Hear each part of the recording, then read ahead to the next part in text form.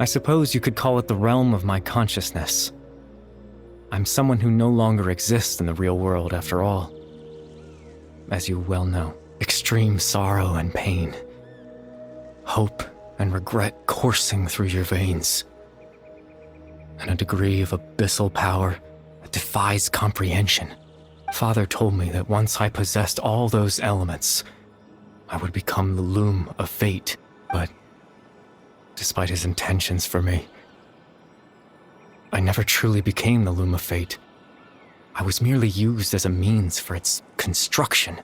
In truth, I died the moment I set everything in motion. The person you see before you now is nothing but a remnant of consciousness left over within the Loom of Fate. As for your question, the Loom of Fate is a device capable of weaving ley lines.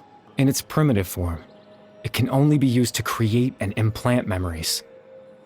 But as more of it is completed, its power becomes stronger and stronger, until finally, it has the power to weave real ley lines of its own. Once fully completed, the moment it gains the power to weave ley lines, it loses the lower level ability to influence memories. But it also becomes a tool that can change the entire world. Yes, I have the ability to control the loom in its semi-completed form.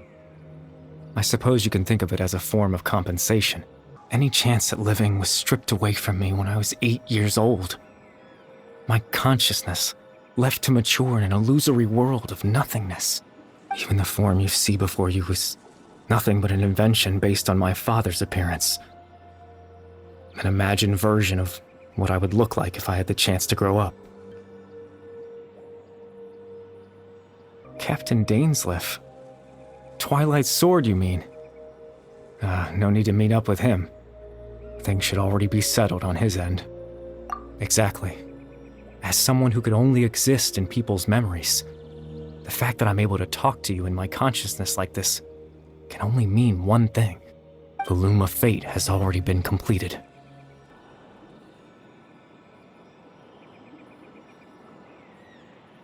No need to worry about Captain Dainsleif. He's absolutely fine. The only reason he lost the eye was because I happened to guess exactly what he was planning. I'm sorry, Traveler, but I needed the Loom of Fate to be completed. And to do that, we had to retrieve the eye. I promise I'm not trying to conceal anything from you, but I truly have no idea what the princess is planning. Tevat's ley line system is deeply entrenched in the planet. Creating new ley lines can neither replace nor extend the ones that already exist. In the face of everything they could be planning, I fear I'm too insignificant to even get a glimpse of the bigger picture. In any case, I had my own use for the Loom of Fate, and my goal, at least, has been achieved. You remember my father, don't you? Clotar Alberic. I believe you saw him in your sibling's memory, after he used the power of the Abyss to restore consciousness to my hilichurl form. I suffered from an indescribable level of mental anguish.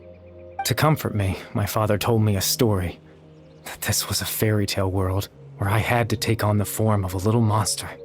That story managed to dispel my fears, even if just for a moment.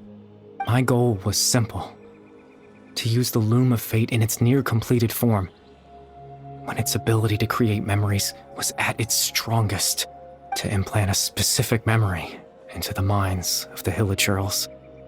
In that memory, I would tell them a story, just like my father did for me. It was a story of fairy tales and love. But more than anything, it was the story of us.